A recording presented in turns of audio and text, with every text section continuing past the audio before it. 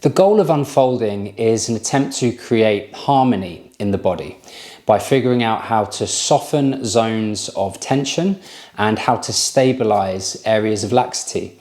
And you could think of this like two ends of a spectrum. We all start out in neutral when we're young, then over the course of our lives, we all develop habits and tendencies, and we play movement specific sports, and we possibly collect injuries along that journey too.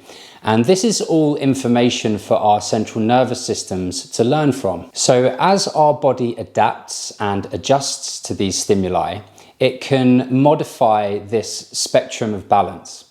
It's important to note that this isn't bad or wrong, and I would recommend not labeling your body in this fashion. Speaking from personal experience, it's not helpful and it can stunt the healing process, in fact. Our bodies are performing like this in order to keep us alive for our survival. And so for most of us in this modern society and this modern culture that we find ourselves in, we have the luxury of not being hunted by prey or going prolonged periods without access to energy and food. And this is obviously an incredible and amazing accomplishment for the human race. But I believe this can contribute to us becoming disconnected from our physical selves and living predominantly in our minds. This desensitization that happens over the course of our lives can cause these physical imbalances to embed and deepen further.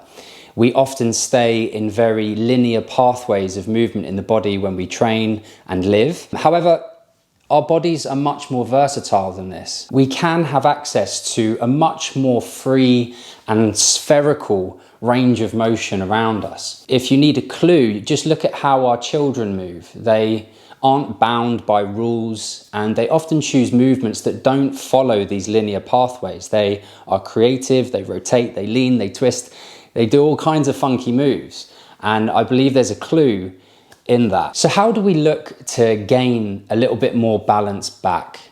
Well, we experiment with various positions in a safe and slow manner to begin with. We will create a base shape, and then we will listen to the body and tune into the feedback of our sensations.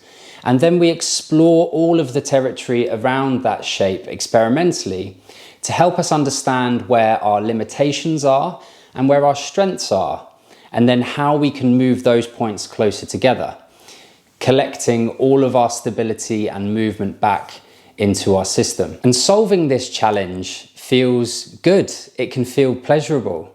This practice is not about withstanding periods of discomfort or stress in order for us to grow, more so leaning into what's positive and good in the body. So through the guidance of coaching one-to-one with me, the app, or the classes that we do online every week, we'll work together to try and heal and grow our bodies back to a more natural state. So if this sounds interesting to you, give me a shout and we can figure out what's a good starting point for you. And thanks, and I hope that helps.